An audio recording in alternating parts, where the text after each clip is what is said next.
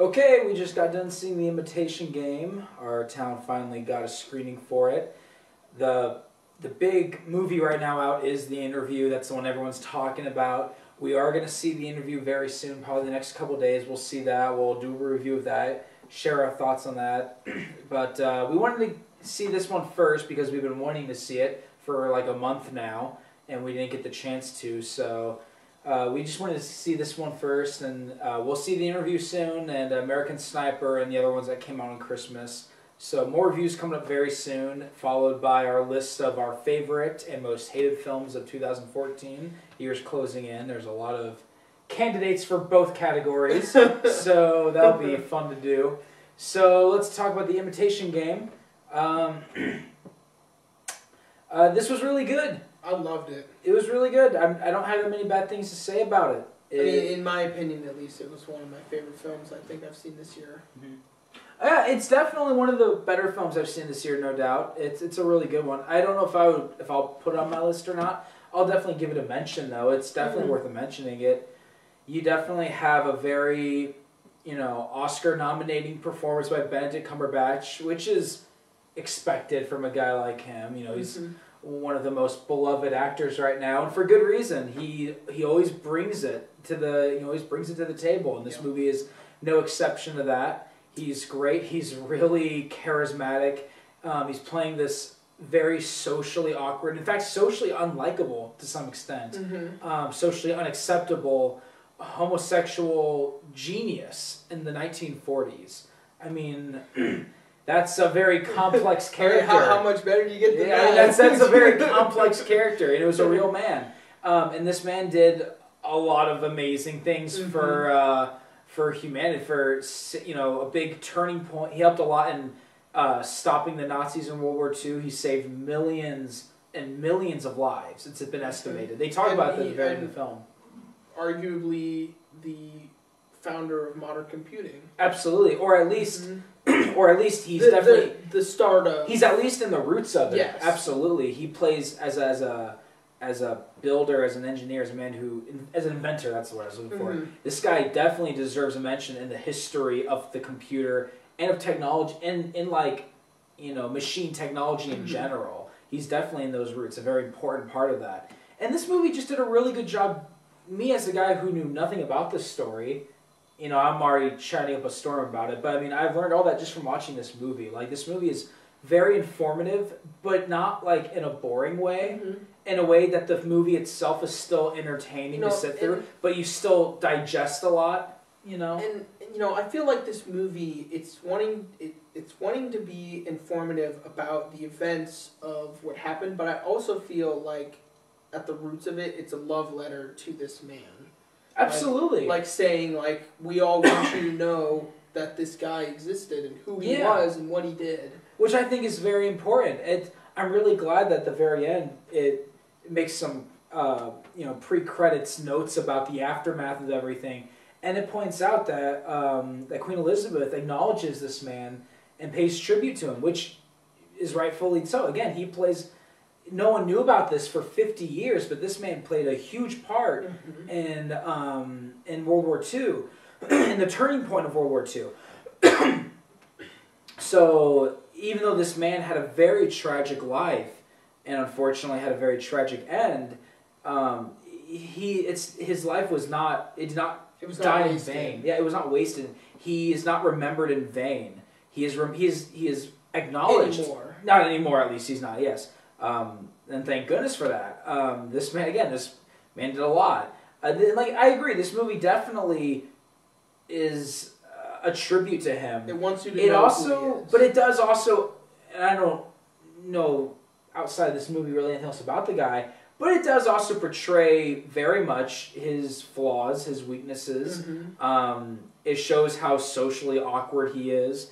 And some of that's done comedically, rightfully so, but a lot of it is done emotionally, and a lot of it is done dramatically. It shows that he, a homosexual in the 1940s in Britain, I mean, that didn't even exist back then. It was illegal. It was illegal. So you can see his struggle to keep that a secret, and his struggle of living with that as a secret.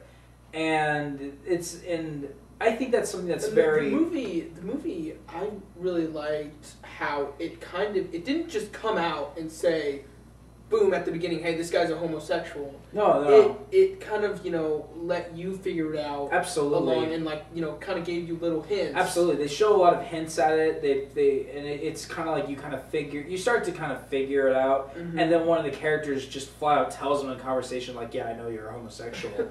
And the whole theater was kind of like, yeah, well, exactly. But they did it well. It wasn't...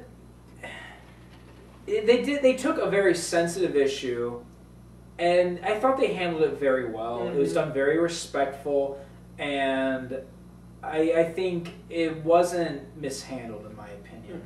Mm-hmm. And so, without getting too much into the plot itself, I do think the story's overall told very well. I think when it's trying to be, dramatic, it's very dramatic and emotional. When it's trying to be a little bit more lighthearted, there's a lot of good, intentionally funny moments. There's a lot of smart dialogue. What I really liked about the dialogue in this film, like I said, it's very informative, but not in a boring way. It's not like...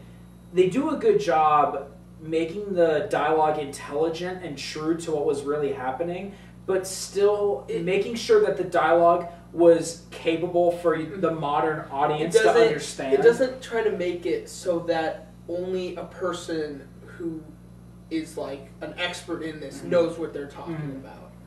And at the same time, it's not spoon-fed to you like you're an idiot. Yeah. Like, there's a good medium. It's clever dialogue, but it's also not too hard to follow. There's a good medium. So the dialogue, script-wise, was very well done. Before we went in, as you were worried about that. Absolutely, I thought the movie might be really boring. I thought it might have just been a bunch of science talk, a bunch of technical talk, but it's really not. And again, it's not done in a dumb way, though. Like, that's one of the biggest problems with Interstellar, was that it had a lot of cheesy dialogue because it wanted to make sure that the audience wasn't too thrown off by it. This movie doesn't really suffer from that. Acting-wise, outside of Benedict's performance, the acting was good. I thought Keira Knightley did. She was fantastic. I've never been the biggest fan of hers. I never thought she was that great in Pirates of the Caribbean. And Star Wars Episode 1. Queen Amidala. My gosh. She was really good. She was phenomenal. She's super charismatic, super lovable. Her character is so lovable, and her performance is great. She's very charming. And I believed, like, this. She sold the character as this very charming, yet extremely intelligent woman in the 1940s. She sold it really well. So she was great. So the movie is very well paced. It didn't drag on. There's not really much of a climax, really. I'd say maybe if there was a climax to be had, I think it was when they got their machine working finally. Maybe. No, because that happens like halfway into the film. Okay. I would say that's the second act break of the film. The movie does have a beginning, middle, and end. I guess the climax would probably be when they say it's over. When they say the war's over. That's probably the climax. And then we see the resolution of where Benedict's character is after the war. Because there's still like a good 40 minutes of the film after they get the machine to finally work. But the movie... again, I don't have that many bad things to say about it, but a couple things that threw me off a bit. The transitions are a little off at times. The movie tells the story of this character in 3 different time places. Yeah. One being in the present of the story, which is like after the war. The second, being the primary... It was 1951. Yeah. The second being what most of the movie takes place in, which is during the war, so mid-40s. But that one was like 1939 to like 1942 or something. Yeah. And then it literally cuts to the end of the war. Yeah. And then a brief part of the film takes place before that in, what was it, 20-something? When he was like he's a little kid. So like late... Because he says he's like... 20s. In the beginning of the war, he says he's 27, I think. Mm-hmm. So yeah, he's like a little kid. So it has 3 different time settings. And throughout the film, they jump to each one back and forth, with the main one being during the war. Fine. That's fine.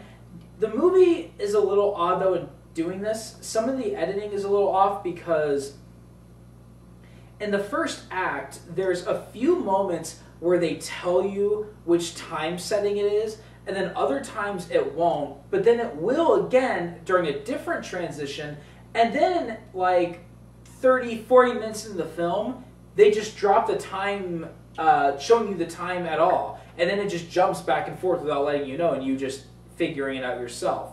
Not a big deal, it was just, that was a little off. It was like... They didn't make it extremely hard to follow. You still kind of knew. It was overall easy to follow. It was just noticeable because it was like, all right, are you going to tell us which time setting is, or are you going to let us figure it ourselves? Uh-huh. It was weird to introduce that and then stop doing it and then start doing it again and then just not doing it at all for the rest of the film. That was really odd. And then this is another thing, is that frequently throughout the film, as you're seeing these characters trying to build this machine that will crack these Nazi codes to help them gain an upper hand over the Nazis, it will sometimes cut to the war itself or to innocent homes and like cities being bombed by Nazis, which is all just to show you like while they're trying to do this, there's chaos happening, you know, which they're trying to prevent. That's all fine, but some of it is a little odd because part of it is that they will show,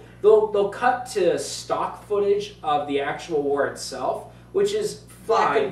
Black and white stock footage. Of like Hitler or marching, or like the Nazis marching and stuff. That's fine, but it will do that sometimes, and then it will show you its own scenes of like a city getting raided, or these Nazi submarines underwater getting ready to torpedo a British ship. And some of that is off because those scenes are very brief, but they're so... I felt like they made those scenes so quickly because it's 90% CGI'd.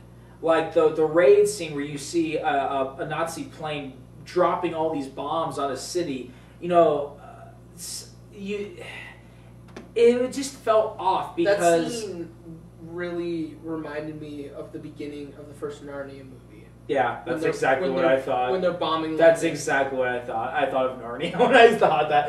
That was like somewhere, Edmund is getting chewed out by his older brother for running back into the house. But why can't you just do what you're told? I thought it was like, oh, I haven't watched Narnia in a while. I never did see the third one, but oh, really? I liked Prince Caspian. I like the second one. Yeah, I did too, but Voyage of the Dawn Treader... I heard it wasn't very good, really. That's a shame. Well, anyways... The book's good. Oh, read the book. I have almost every C.S. Lewis book except the Narnia series. Well, that's not hard. There's like 14 of them. Yeah, I know. Anyways, getting back to the subject. Back to the real story. But those scenes, those minimal extra war scenes... that are like 90% CGI'd, it's off. Because all the scenes with Benedict Cumberbatch and them like trying to build this machine and then spending time at a bar. I felt like all of that was 100%. It was real sets. Real. They were on sets. It was practical. So and the you know, of course, going to really minimal stuff. You know, the costumes the wardrobes all looked real. The props all looked real. So to have this very practical, real set. And then for most of the film, but every once in a while cut to the war and have it be Peter Jackson level of CGI and green screen, it was off. For me at least. And this is me being kind of nitpicking. And again, that just goes to show that I don't have that many bad things to say about this movie. I really enjoyed it. But that was a little off. And then mixing that with the stock footage was off too. Because all of a sudden, you know, you got this, you know, like CGI'd, colorful, you know, more thing, and all of a sudden you're in black and white stock footage. It's like, and then you're back to Benedict Cumberbatch. So it's off. So besides that, I really don't have that many big issues with it. It's definitely one that you think about when you think about the ethics that the characters go through, that the characters live through. There's a lot of hard decisions that they're forced to make. And it's also hard to watch.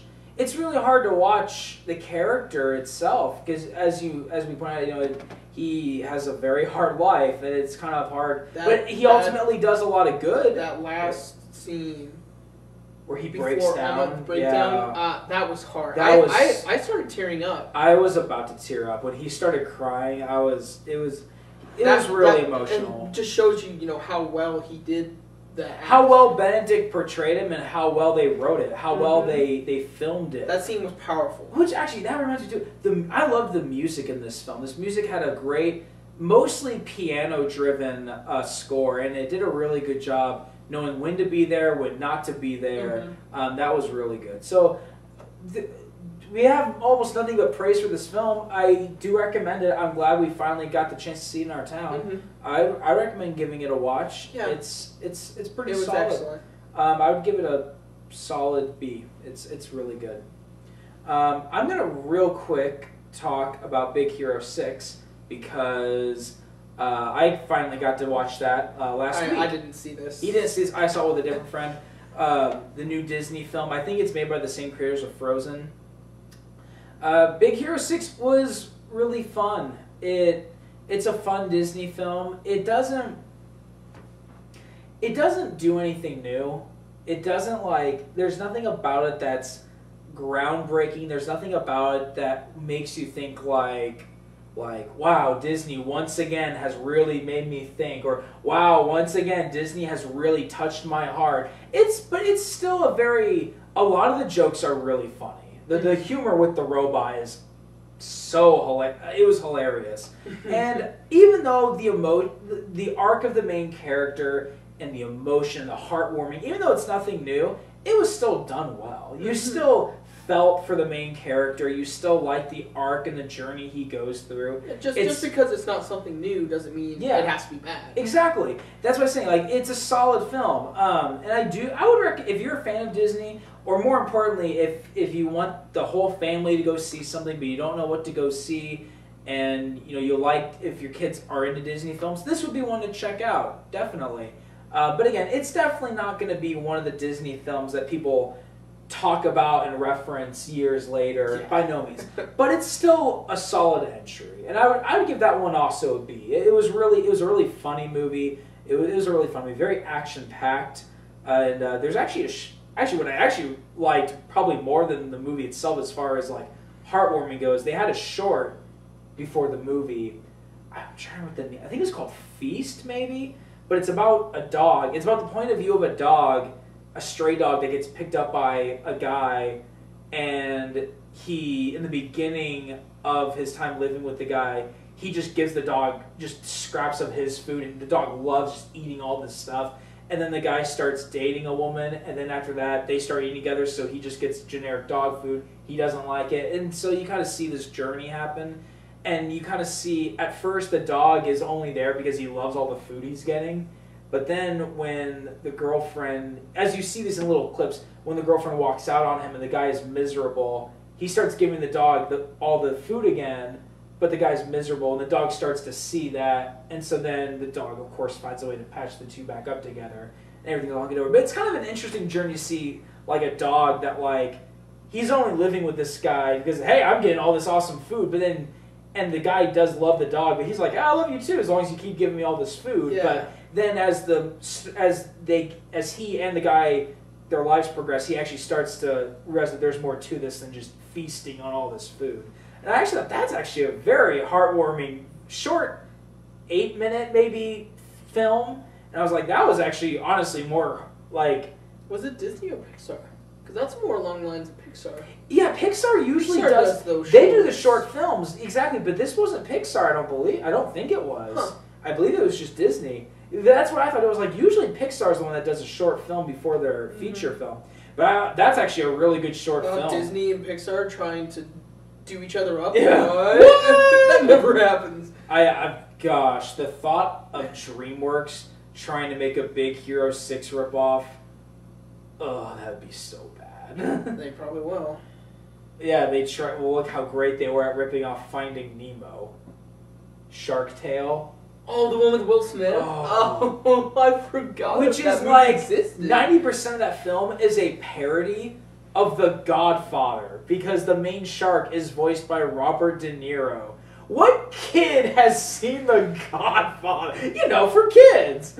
Oh, that movie Dude, sucked. I haven't seen that movie since it came out in the Theaters. I saw that in the theater. Yeah, that movie sucked. Is that the one where he works at the whale wash? The whale wash, and at the end they play like the whale car wash. Oh, that was so bad.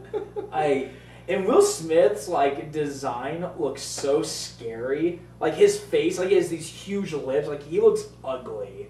I was like, that's a creepy design. That movie sucked. Big Hero 6, good movie. I'd recommend it. The short film I would heavily recommend checking out at the very least. Yeah, I'd give that also a B. The short film I would give a B+. I actually really would recommend checking that out. It's a really fun, cute short film. So that's all we got for now. We'll have the interview up very soon. And we'll also get some more films up in our lists of favorite, most hated films of 2014. So thanks for watching.